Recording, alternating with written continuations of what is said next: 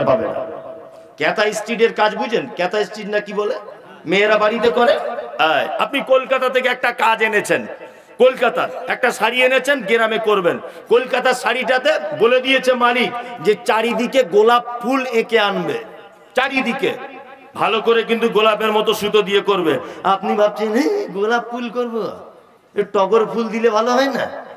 তা আপনি মাস্টারি করে মাঝখানে মাঝখানে সব টগর ফুলের ছবি এঁকে কলকাতায় শাড়িটা কমপ্লিট করে নিয়ে গেছেন। আচ্ছা বলুন তো, ওই মালিক কলকাতার আপনাকে মজুরি দিবে না গাছে দড়ি দিয়ে বাঁধবে? কোনটা? গাছে দড়ি দিয়ে বাঁধবে। তা আপনি তো ভালোর জন্যই টগর ফুলটা করেছেন, বাঁধবে কেন? আপনি তো ভাবেছেন আরো বেশি ভালো হবে, তাই না? বাঁধবে কেন? ঠিক আমলের ক্ষেত্রে তেমন। হযরত মুহাম্মদ সাল্লাল্লাহু আলাইহি ওয়াসাল্লাম যেখানে ছাড়তে বলেছে, যেখানে করতে বলেছেন, যেভাবে করতে বলেছেন, এই অনুপরিমাণ যদি ত্রুটি বিচ্যুতি হয়ে যায়, আমল কি হবে? জি, বাতিল, একদম বাতিল হয়ে যাবে। কি আশ্চর্য ব্যাপার! পরশুদিন একজন বক্তব্য রাখছে, বক্তব্য রাখতে রাখতে বলছেন যে আল্লাহ নবী বলেছে কাঁটা বেগুন খাওয়া বেশি করে 100টা রোগ ভালো হয়ে যাবে। আমি মনিকে দেখাচ্ছিলাম, ইসলাম মোল্লা বেটা যে আমার সাথে থাকে, ওকে আমি হাদিসটা দেখাচ্ছিলাম, ওদের বইয়ে লেখা আছে। তা বলছে এটা কোনো হাদিস নয়, আরবি প্রবাদ বাক্য নয়, এটা একদম গাঁজাখড়ি গল্প একটা। তা আমিও মনে মনে ভাবছিলাম যে হুজুর যে বারবার বলছে বেগুন খেলে রোগ ভালো হয়ে যায়, কিন্তু হযরত মুহাম্মদ সাল্লাল্লাহু আলাইহি ওয়াসাল্লাম তো এত বোকা লোক নন, বোকা লোক নন। বেগুন খেলে তো অধিকাংশ মানুষের পাছা চুলকায়, তা মুহাম্মদ সাল্লাল্লাহু আলাইহি ওয়াসাল্লাম এত বোকার মতো কথা বলবেন? আমি খুব আশ্চর্য হতাম, কিন্তু 3 দিন আগে বুঝতে পেরে গেলাম এটা একদমই জাল কথা। আমল করার আগে অবশ্যই দেখে নিতে হবে এই আমল হযরত মুহাম্মদ সাল্লাল্লাহু আলাইহি ওয়াসাল্লাম করেছিলেন কিনা। আপনাদের কাছে আমি 5টা আমলের কথা বলে যাব, ইনশাআল্লাহ আমল করব, ইনশাআল্লাহ। কই কারা কারা করবেন? হাত তুলুন তো, তুলুন সবাই। এই হাদিসটা আমি বলতাম না, কিন্তু আজকে বলার প্রয়োজন মনে করছে আপনাদের চরিত্র দেখে। এক, নবী মুহাম্মদ সাল্লাল্লাহু আলাইহি ওয়াসাল্লাম বলেছেন একটা মুসলমান আর একটা মুসলমানের উপরে 6টা হক রাখে। যদিও আর একটা হাদিসে রয়েছে 5টা, দুটো হাদিস দুই জায়গাতে। আবু দাউদে একটা হাদিস রয়েছে যে 5টা। তা আমি 5টার ব্যাপারেই আপনাকে বলবো, 6টা বললে ভারী হয়ে যেতে পারে। এক, নবীজি বলেছেন রাদ্দুস সালাম, তোমার সঙ্গে কারোর দেখা হলে সালামটা দিবে। ইনশাআল্লাহ সালাম দেওয়া আজকে থেকে চালু করব, ইনশাআল্লাহ। আপনার ছেলে ইংলিশ মিডিয়ামে পড়ে, আমার আপত্তি নেই, অবশ্যই পড়ুক। ছেলে খুব ভালো ফটার ফটার করে ইংরেজি বলতে পারে, good morning, good evening, good afternoon.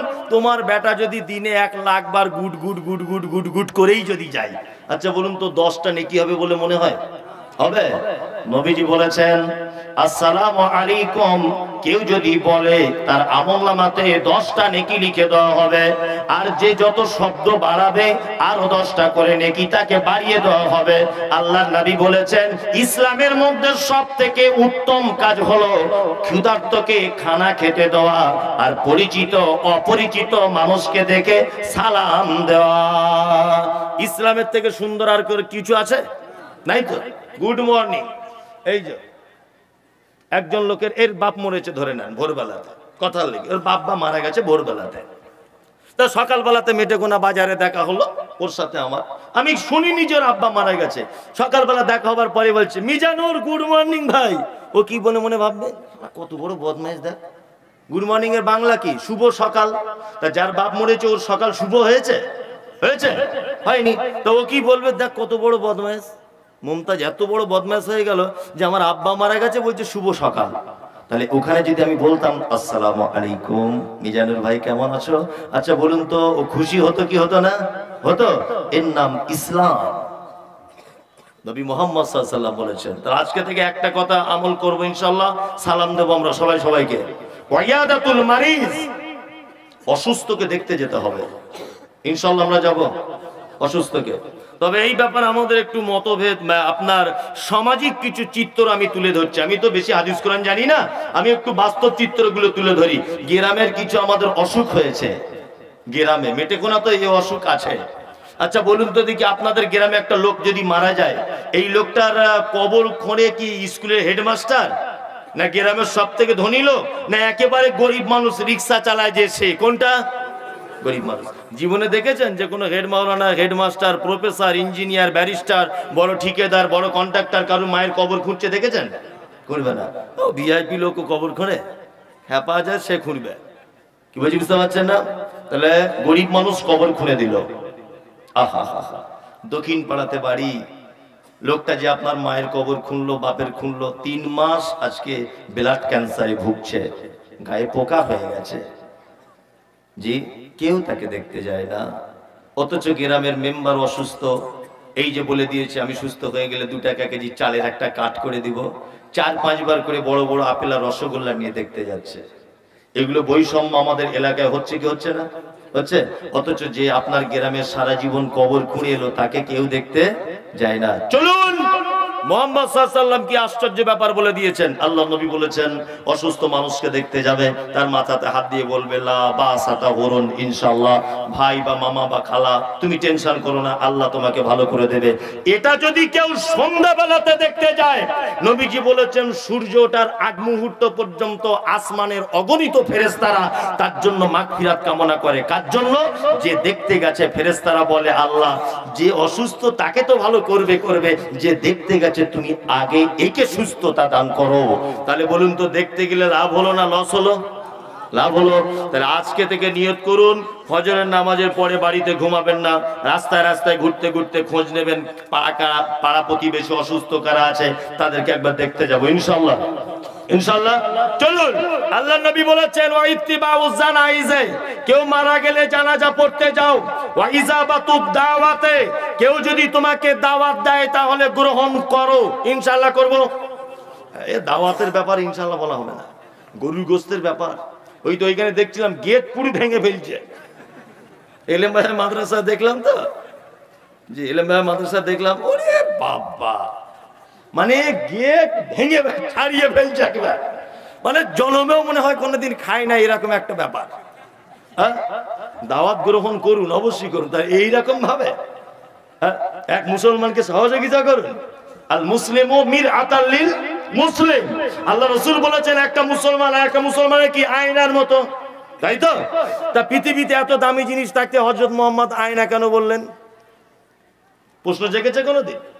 আল্লাহ নবী বললেন না যে সোনার মতো একটা মুসলমান আর একটা মুসলমানের আয়নার মতো? এই কারণে বললেন আয়নাটা সামনে ধরবেন, আয়নার একটা গুণ, আপনি যদি হাসতে হাসতে আয়নার সামনে যান দেখবেন ভিতরের প্রতিচ্ছবিটাও হাসছে, আপনি যদি কাঁদেন আয়নার সামনে কাঁদবেন দেখবেন ভিতরের ছবিটাও কাঁদছে। এই জন্য আল্লাহ নবী বলেছেন যে মুসলমান আর একটা মুসলমানের আয়নার মতো। তোমার ভাই কাঁদলে তুমিও তার সাথে কান্নার ভাগ নিয়ে নাও, তোমার ভাই হাসলে তুমিও তার সাথে তার ভাগ নিয়ে নাও, হাসার ভাগ। তোমার ভাই খেতে যাচ্ছে লাইনে, আগে তাকে একটু সাইড করে ঢুকিয়ে দাও, তবে তুমি মুসলমান। আর ও ওর এই জায়গাতে এমন করে গুঁতো দিয়ে দিল, মানে ওর ভাত কলিজা ভাষ্ট হয়ে যাবে। কি আশ্চর্য ব্যাপার। শুনুন, কয়েকটা দাওয়াত বাড়িতে আবার যদি বলি ইসলাম সমর্থন করে না, যাওয়া যাবে না, আজকে থেকে বলুন তো যাবো না? দেখুন হুঁশ মোটা করে বলে দিয়েন না, ফেরে পড়ে যাবে। ইসলাম সমর্থন করে না এরকম দাওয়াত বাড়িতে আপনাকে যদি দাওয়াত করা হয় আপনি যেতে পাবেন? এই আপনাদের এলাকায় মুসলমানি হয় তো বাচ্চাদের ওটা কি বলে, খাতনা, এই অনুষ্ঠান করে, কিছু কিছু বাড়িতে করে না, করে তো করে। সামান্য একটা চামড়া কাটবে তা দুনিয়ার কুটুম এক জায়গায় করেছে, আর কুটুম এসে খেয়ে চলে গেল। এটা একটা ইসলামেকে 10 পয়সাও দাম দেয় না, এর সঙ্গে ইসলামের সে কোনো সম্পর্ক আছে? কোনো সম্পর্ক নেই। অথচ এগুলো আমাদের বাজারে চলছে, চলছে কি চলছে না? দেখুন কত কুসংস্কার বাজারে চলছে। নতুন বেটির বিয়ে দিয়েছে, তার নতুন বেটি প্রথম মেয়ের বাচ্চা হয় দেখবেন বাপের বাড়িতেই হয়, হয় না? তা বাপের বাড়িতে বাচ্চা হয়েছে, তা বিয়াই ফোন করছে, হ্যালো হ্যাঁ আমি সাইফুলের আব্বা বলছি গো। বলছি বলুন বিয়াই। বলছে পোতা তো হলো, তো পোতাকে আনতে যেতে হবে। ঠিক আছে তাহলে আমি 3টে টাটার সময় গাড়িতে, বেশি লোক যাবে না, 30 জন মতো যাবে। হ্যাঁ এসব প্রথা আছে? পোতা হয়েছে আনতে যাচ্ছে 30 জন। এক বিয়েতে কুপ্রথা কি? বিয়ের কুপ্রথা হচ্ছে বিয়ের দিন ঠিক করতে যায়। আপনাদের দিকে করে? দিন ঠিক করতে কতজন যায়? 2-3 জন? কতজন? 200? 15? আচ্ছা কারা কারা যায়? কিন্তু একটা কথা বলে রাখছি, এইগুলো কিন্তু ক্ষতি করেছে আমাদের মতো হুজুরেরা। এতে দেখবেন গাড়িতে 2টা একটা হুজুরও বসে থাকে আর পাবলিক দলিল পেশ করে, দেখ এলেম বাজারে হেড মাওলানা এসেছে, তুই তো কোথাকার মুমতাজুল ইসলাম, ফাট এখান থেকে। এটা বলবে কি বলবে না? সিনিয়র মাদ্রাসার প্রধান শিক্ষক এসেছে, আর তুই তো কোথাকার মুমতাজুল ইসলাম, এটা দলিল পেশ করবে, করবে না? দলিল পেশ করবে। অথচ ইসলামের কোনো সম্পর্ক নেই, কোনো সম্পর্ক নেই এর সঙ্গে ইসলামের। দাওয়াত অবশ্যই গ্রহণ করতে হবে, তবে বৈধ দাওয়াত বাড়িতে। এই দেখুন, মুসলমানের অনুষ্ঠান, ইসলামে কোনো সম্পর্ক নেই। বেটিকে আনতে যেতে হবে, বেটার বাড়ি থেকে 20 জন আসবে, ইসলাম সমর্থন করে না। বিবাহের আগে দিন ধার্য করতে হবে, ইসলাম সমর্থন করে না। আবার বউ ভাতানা কি বলছে, আড়ম্বর করে মেয়ের বাড়িতে 150-200 লোক যাবে, ইসলাম সমর্থন করে না। এগুলো চলন্ত ধর্ম, যেগুলো সামাজিক ধর্ম। হযরত মুহাম্মদ সাল্লাল্লাহু আলাইহি ওয়াসাল্লামের ইসলাম আলাদা, আপনার বর্তমানের ইসলাম আলাদা। ঠিক বলছি না ভুল বলছি? আর একটা আপনাদের এখানে প্রথা চলে না হয়তো, এদিকে আমাদের ওদিকে হয়, বিয়ে করলে টাকা পয়সা লেওয়া দিবির, এদিকে ব্যাপার নেই তো এসব। আচ্ছা উনি আপনাদের দিকেও, আমি তো আমাদের ওদিকে হয়। ওরে বাবা, আবার একজনে বলছে সেলফ গাড়ি, মানে কঠিন ব্যাপার। আল্লাহু আকবার। এগুলো আবার চলছে খুব হিকমত সহকারে। হিকমত কেমন? হাজী সাহেব গেছে বৌমা দেখতে, হাজী সাহেব নিয়ে বৌমা থেকে পছন্দ হয়ে গেল। তা বেটির বাপ জিজ্ঞেস করছে, হাজী সাহেব কিছু চাই নাকি? বলছে আস্তাগফিরুল্লাহ, কি কথা বলছো মানসুর ভাই, আমি 3 বার হজ করে এসেছি, আমি টাকা দিব? হাজী সাহেব চলে যাওয়ার আগে বেটির বাপের কানে কানে বলছে, না আমার কিছু চাই না, তবে যা জানে আমার বড় জামাই জানে। যে পাক্কা শয়তানে বুঝছে, যা জানে বড় জামাই জানে। কেন বড় জামাই জানতে যাবে কেন? ছেলে তোমার না জামাই? তখন জামাই গিয়ে ডিল করছে মেয়ের বাপের সাথে, না ছোট শালাটার বিয়ে দিয়েছে, এলেম বাজারে 3 কাঠা জমি ছিল রাস্তার ধারে, ওটা দিয়েছে, আর পালসার গাড়ি একটা, খাট আলমারি, এগুলো তো বলতেই হয় না। আপনি যেটা ভালো বুঝবেন করবেন, তবে একটা গাড়ি দেবেন। গাড়ি আপনার, আমার শালা ড্রাইভার হিসেবে থাকবে, আপনার মেয়ে চাপবে। এ পাক্কা শয়তান। কি বলছি বুঝতে পারছেন না? এই চালাকিগুলো করছে কি করছে না? হ্যাঁ, অনেক লোক গিয়ে হাজী সাহেব দাড়িওয়ালা লোক বলছে, যা জানে আমার জামাই জানে। এরকম বদমাইশ চালাকি লোক নেই? চলুন এটা চরিত্র কেমন দেখুন। আদেশ করিল আল্লাহ পবিত্র কোরআনে, আর বিবাহ করিতে যত আদম সন্তানের। কোরআনে আদেশে আল্লাহ যদি না করিত, মানুষের বংশ সব ধ্বংস হয়ে যেত। কিন্তু হায় বর্তমানে হতেছে এমন, বেটির বিয়েতে বেটার বাপ দিচ্ছে কত পণ। কেউ সোনা দানা নিচ্ছে, কেউ টাকা করি, কেউ জমি জায়গা নিচ্ছে, কেউ নিচ্ছে বাড়ি। আবার কত বাপজি বলে নিব না গোপন, বেটা বেটি সাজিয়ে দিক বিয়াই আপন। টাকার বেলায় সাধু সাজে, জমির বেলায় চোর। বর্তমানে বেটার বাপ এমনি হারামখোর। চোর লোকে চুরি করে অন্ধকার হলে, বেটার বাপ করে চুরি দিনের উজ্জ্বলে। হায় রে বেটার বাপ তুমি এমনি লুবি হলে, টাকার বদলে বেটা বিক্রি করিলে। সুখবাজারে হাটে শুনি বিক্রি হয় পাঠা, সুখবাজারে হাটে শুনি বিক্রি হয় পাঠা। পাঠার মতো বিক্রি করো তোমরা নিজের বেটা। হায় রে বেটার বাপ তুমি এমনি লোভী হলে, পাঠার মতো বেটা বিক্রি করিলে। তোর জন্য কত নারী বিষ পান করে, কত নারী গলায় দড়ি দিয়ে ঝুলে পড়ে। এর জন্য কে বা দায়ী জানো বেটার বাপ? শত শত বেটির বাপরা দিচ্ছে অভিশাপ। কথা বাস্তব বললাম না অবাস্তব? সব জায়গাতে চলছে। এখন এইটা তোলা যাবে কি করে? না কোন যে ইসলামে হারাম এটা ডাইরেক্ট বলা নেই, তবে আল্লাহ নবী বলেছেন এই কথা, ইয়া মাশাআল্লাহ শাবাব মান ইসতাতা মিনকুমুল বাত ফালিয়াতাজাওয়াজ। যুবক তুমি বিবাহ করো, ক্ষমতা থাকলে বিবাহ করো। ইমাম নববী ক্ষমতা বোঝাতে গিয়ে 4টে কথার ব্যাখ্যা করেছেন। ইমাম নববী 4টে ব্যাখ্যা করেছেন। 1, ওই যুবক ছেলে বিয়ে করবে যার ইনকাম বেশি আছে। 2, যার যৌবনের ক্ষমতা আছে। 3, যার প্রশস্ত বাড়ি আছে। 4, তার আঙুল যেদিকে ঘুরবে বউ সেদিকে ঘুরবে, এই পুরুষ মানুষ বিয়ে করবে। এর মধ্যে তো আমাদের বন্ধনও চলে আসছে, আসছে না? এই ভেড়া বসে আছে ঘরে, ঠ্যাঙের উপরে ঠ্যাং দিয়ে, আর ওর বউ কাঁধে ব্যাগ নিয়ে রবিবারের দিন কোথায় যাচ্ছে হে ভাবি? বলছে স্যারে ডেকেছে। ওকে যে কোন স্যারে ডাকে আল্লাহ ছাড়া কেউ জানে না, বুঝলেন না? শুধু বলছে স্যারে ডেকেছে। রবিবারের দিন কোন অফিস আদালত খোলা থাকে? তুমি রবিবার দিন কাঁধে ব্যাগ ঝিলিয়ে চলে যাচ্ছ, স্যারেরা ডেকেছে। আরে ভেড়া পুরুষ মানুষ বাড়িতে বসে আছে, ওকে আল্লাহ তোমার করে দিয়েছে বিবাহের মাধ্যমে বাচ্চা দান করার জন্য। তোমার অনুপস্থিতিতে আর তোমার সম্পদকে রক্ষা করবে, আর তোমার যৌবনের ক্ষুধা মেটাবে, তোমার সেবা যত্ন করবে। এই কারণে ওকে পাঠানো হয়েছে, ওকে বন্ধন করার জন্য পাঠানো হয়নি। দাওয়াত গ্রহণ করে নেবেন বৈধ দাওয়াত হলে।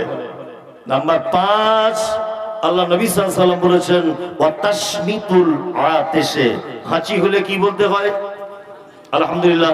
এটা যে শুনবে ইয়ারহামুকাল্লাহ, ইয়ারহামুকাল্লাহ যে শুনবে ইয়াহদিকুমুল্লাহ ওয়া আসরিফু বালাকুম, এই 3 পর্যায়ের উত্তর আপনাকে দিতে হবে। তাহলে 5টা ভালো আমল বলে দিলাম। 1, সালাম দিবেন। 2, অসুস্থকে দেখতে যাবেন। 3, জানাজার নামাজ পড়বেন। 4, বৈধ দাওয়াত কবুল করবেন। 5, হাঁচি গলে তার জবাব দিবেন। ইনশাআল্লাহ 5টা মেনে নেওয়ার চেষ্টা করব ইনশাআল্লাহ। আমাকে বারবার বলছে মেয়েদের ব্যাপারে 2টা একটা বলবেন, ওরা না তো অবলা প্রাণীর মতো বসে আছে। আমার খালাদের ব্যাপারে বলছি 4টে কাজ করবেন। কটা? 4টা। এবার খালাদেরকে বলছি, খালারা যারা আছেন 4টে কাজ করবেন, জান্নাত ঢুকে যাবেন। কেউ আপনাকে আটকাতে পারবে না, কেউ আটকাতে পারবে না, পৃথিবীর কেউ আটকাতে পারবে না। এবং হযরত মুহাম্মদ সাল্লাল্লাহু আলাইহি ওয়াসাল্লাম পুরুষদের ব্যাপারে এত মারাত্মক কথা বলেননি যে কথা ওদের ব্যাপারে বলেছেন। নবীজি বলছেন একজন নারী যদি 4টে কাজ যদি করে নেয় তাহলে জান্নাতে চলে যাবে। শুধু জান্নাতে যাবে না, জান্নাতের 8টা দরজার যে কোনো দরজা দিয়ে ওই মহিলাটিকে ঢুকিয়ে দেওয়া হবে।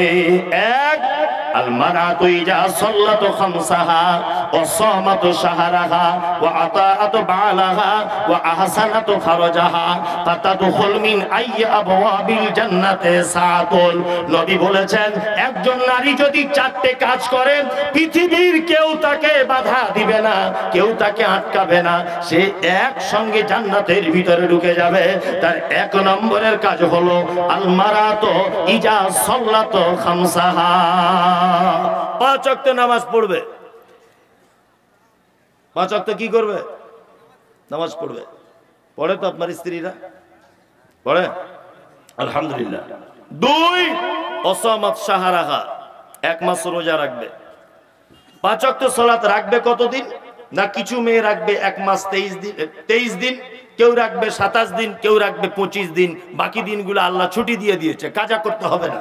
তবে রোজা যদি হয়, সিয়াম যদি হয়, পরবর্তী মাসে তাকে করে দিতে হবে। এটা আল্লাহর বিধান, করে দিতে হবে। তাহলে সালাত আদায় করবে, 1 মাস রোজা রাখবে। নাম্বার 3, ওয়া আহসানাত ফারজাহা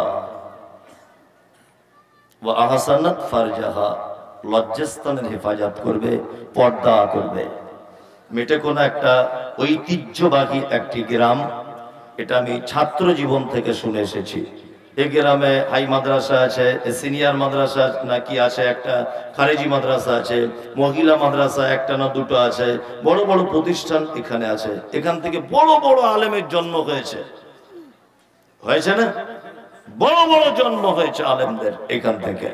তবে এই গ্রাম সম্পর্কে আমার জানা নেই, আমি কোনোদিনই আসিনি, আজকে ফার্স্ট টাইম মেটেকোনা আমি এসেছি, তার আগে কোনোদিন আসেনি। যদি পর্দা পুরুষিরা থাকে তো আলহামদুলিল্লাহ, অবশ্যই। যদি পর্দা না থাকে আপনার স্ত্রীকে একটু বলে দিয়েন যে মমতাজুল সাহেব বলে গেছেন যে আহসানাত ফারজাহা, তোমার লজ্জাস্থানের হেফাজত করতে হবে। মারাত্মক ব্যাপার, পর্দা কত মারাত্মক ব্যাপার আপনাকে আমি একটুখানি ব্যাপারটা বোঝানোর চেষ্টা করছি। আল্লাহ নবী সাল্লাল্লাহু আলাইহি ওয়াসাল্লাম বলেছেন একজন পুরুষ আর একজন পুরুষ একটা বিছানাতে, অর্থাৎ একটা কম্বলের ভিতরে ঘুমাতে পাবে না। এটা ইসলামে নিষিদ্ধ। নিষিদ্ধ তো? নিষিদ্ধ। একটা প্রাপ্তবয়স্কা মহিলা আর একজন মহিলা, মানে একটা মহিলা আর একজন মহিলা একই বিছানাতে এক কাঁথার ভিতরে শোবে, শুতে পাবে না। মেয়ে বয়স হয়েছে 16-17 বছর, আপনি বুঝতে পেরেছেন মেয়ে আমার কুমারী হয়ে গেছে, মেয়ে আমার যুবতী, মেয়েকে বিয়ে দেবার উপযুক্ত, মা একই চাদরে 2 জন শুতে পাবে না। জি, কারণ ইসলাম এটা নিষেধ করে দিয়েছে। আল্লাহ নবী বলেছেন কোন মহিলা যেন কোন মহিলার গায়ে এরকম ভাবে ধরে টিপে যেন না দেখে, নরম না শক্ত, কারণ টিপে দেখা হারাম, চলবে না। আমাদের বিবাহ সময় মেয়েদের যখন গোসল করানো হয় দেখবেন ভাবিরা আবার অন্যান্য সম্পর্কের মেয়েরা এরকম গা হাতে মেহেন্দি বা সাবান টাবান মাখায় না মাখায়।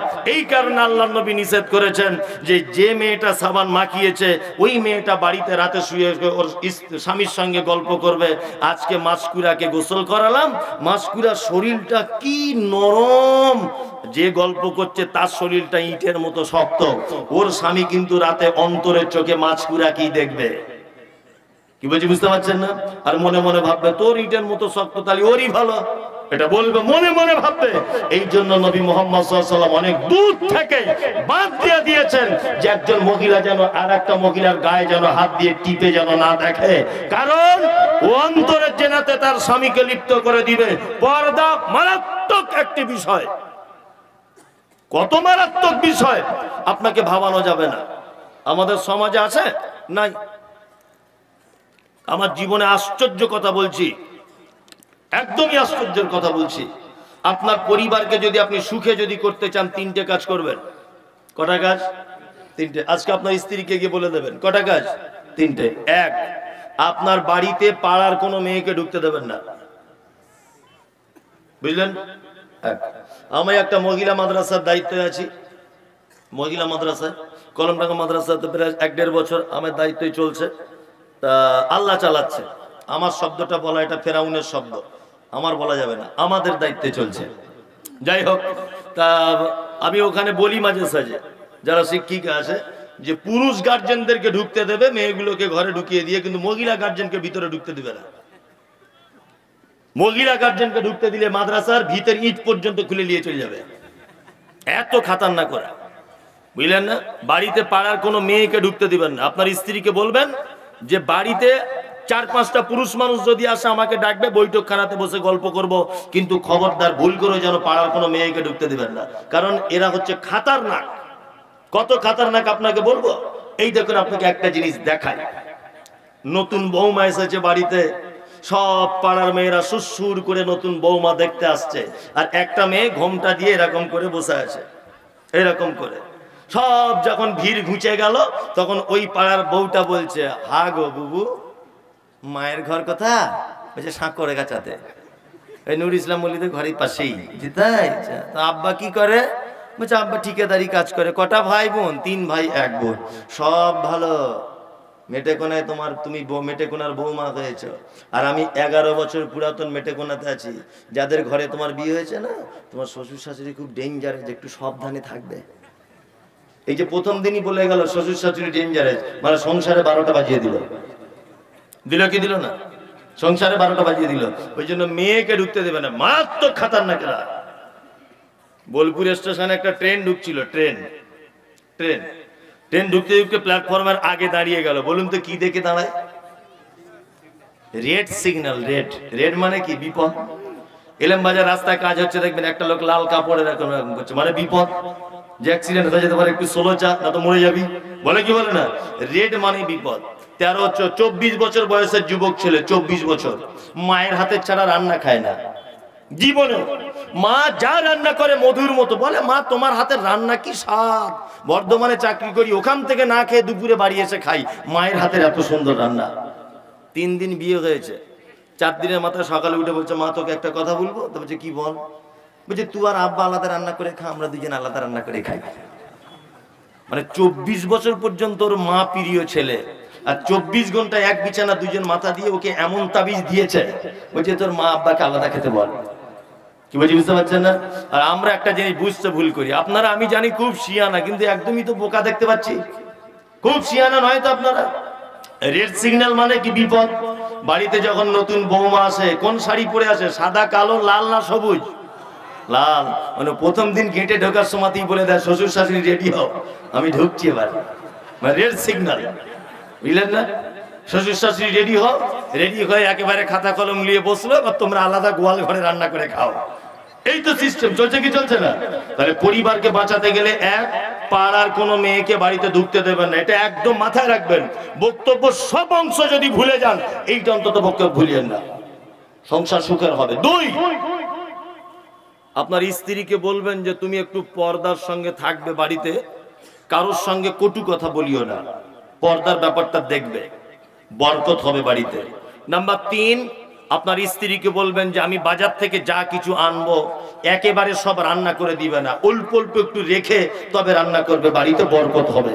আর 4, আপনার স্ত্রীকে বলবেন যে আমাদের বাড়ির দরজা থেকে যেন কোনোদিন কেউ ফেরত না যায়।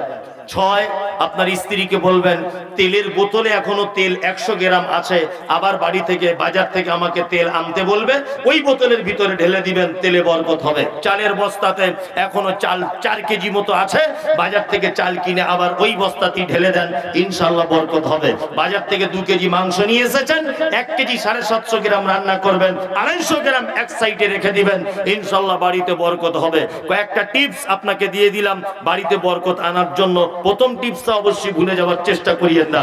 আল্লাহ নবী সাল্লাল্লাহু আলাইহি ওয়াসাল্লাম বলেছেন ওয়া আহসানাত ফারজাহা, নারী তুমি জান্নাত চলে যাবে, তোমার লজ্জাস্থান হেফাজত করবে। 4, ওয়া আতাআত বালাহা, স্বামীর সেবা করবে। স্বামীর সেবা করে তো? এখানকার ওই কোনার একটা লোক এরকম করছে, বুঝছে না, মানব বেচারা খুব বিপদে আছে, মারাত্মক বিপদ। গ্রামের লোক কেউ ওর বাড়িতে গিয়ে একটু বিচার করে দিয়ে আসবে, বয়স্ক লোক, আরে বেচারা খুব বিপদে আছে, হ্যাঁ খুব বিপদে আছে। আল্লাহ নবী বলেছেন ওয়া আতাআত বালাহা, কি প্রেম, আল্লাহু আকবার। স্বামীর সঙ্গে অসৎ ব্যবহার করিয়েন না। আম্মা জান আয়েশার আল্লাহ নবীর কি প্রেম, আল্লাহু আকবার। এগুলো বলার ইচ্ছা ছিল না, কিন্তু বারবার বলতে বলা হয়েছে বলে বলছি, মেয়েদের ব্যাপার। আল্লাহ নবীর আর আয়েশার প্রেম যদি আপনি শুনেন অবাক হয়ে যাবেন।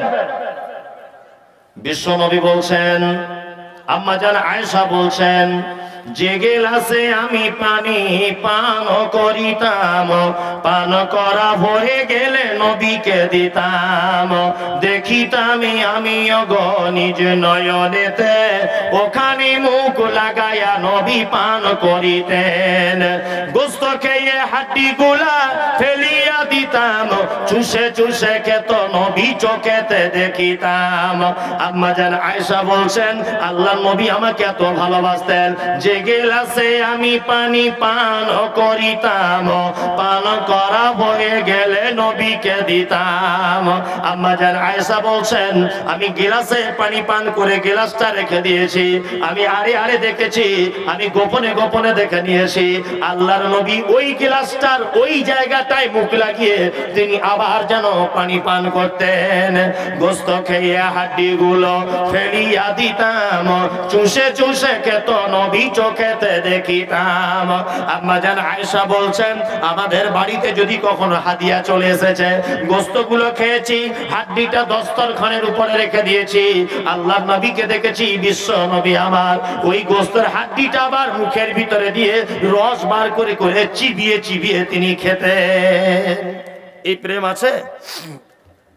হ্যাঁ, আপনার স্ত্রী আপনার আটু খায়, হারাম করে বিড়ির গন্ধতেই ঘুম হয় না, সারাদিন ফুক ফাক করে বিড়ি টানছে, ও যে আপনার সাথে সংসার করে এটা আলহামদুলিল্লাহ পড়ে, আপনার যে মুখের গন্ধ, আল্লাহু আকবার।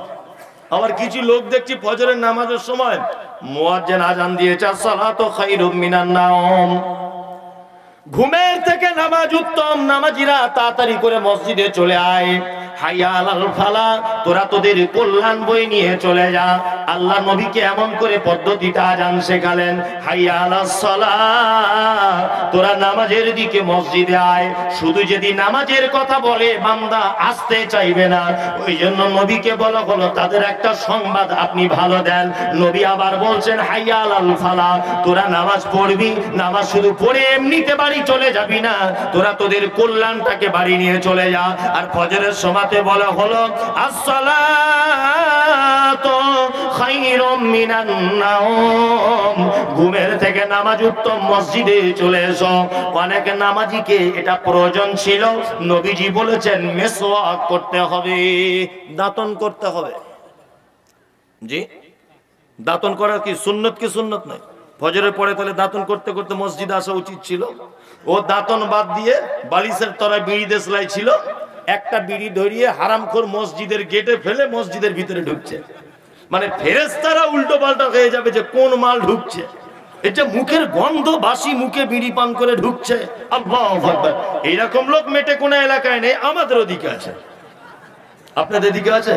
হ্যাঁ, খবরদার। তবে একটা কথা বলে রাখছি, সেটা শুনে নেন, ওদের পাল্লা বেশি পড়বেন না।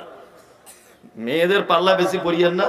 কত লোককে দেখেছি আন্ডার প্যান্ট পরে ঘুরছে বইয়ের টেনশনে, কত লোককে দেখেছি, আমাদের গ্রামেও দেখেছি, অনেক জায়গাতে দেখেছি। খুব সাবধানে থাকবেন। তবে আল্লাহ নবীর স্ত্রীরা নবীজিকে যতটা ভালোবাসতেন আপনি ততটা জীবনেও ভালোবাসাতে পারবেন না। পারবেন? পারবেন না। এই দেখুন নবীর আর একটা কথা শুনে দেখুন, এই দুটো কথাতে কেমন ঝগড়া লেগে যায়। বিশ্ব নবী বলছেন, যে রাতে মিরাজ হলো বিশ্ব নবীজির, নবী বলে জাহান্নামে মহিলাদের ভিড়। একজন মহিলা বলে, বিশ্ব নবীজিরে কোন কারণে বেশিরভাগ যাব জাহান্নামে? প্রথম কারণ হলো অধিক নারীগণ, অল্প ধনেতে তাদের ভরে না কম। দ্বিতীয় কারণ হলো ষোলো সমাচার না শুকরিয়া করে ও গনিয়ামত আমার। গীবত যে বেশি করে এক অপরের তরে, এহেন কারণে নারী যাবে জাহান্নামে। আল্লাহ নবী এই জায়গাতে তিনটে দোষের কথা বলছেন, তার মধ্যে একটা কথা বলছে নারী জাহান্নাম চলে যাবে। তার একটা কারণ হলো এটা, অল্প জিনিসে তাদের কোনোদিন মন ভরে না। অল্প জিনিসে মেয়েদের মন ভরে? জীবনও ভরাতে পারবেন না। আমি বাপের এক বেটা, এই কালকে বাংলাদেশ চলে যাবো ইনশাল্লাহ। আজকে ইন্ডিয়ার এই লাস্ট প্রোগ্রাম, তা কালকে বাংলাদেশ চলে যাব। আজকে মেটেকোনা লাস্ট। তা যেখান থেকে যাই শাড়ি জামা কাপড় সব কিছু ওর লেগে কিনে আনি। কিন্তু যদি কখনো 2-4 মাস পরে বাড়ি গিয়ে বলি, কই গো চলো না একটু বেড়াতে যাই কোথাও, তো আমার স্ত্রী আমাকে বলে, ভালো শাড়ি নেই, কি পরে যাবো? ওরে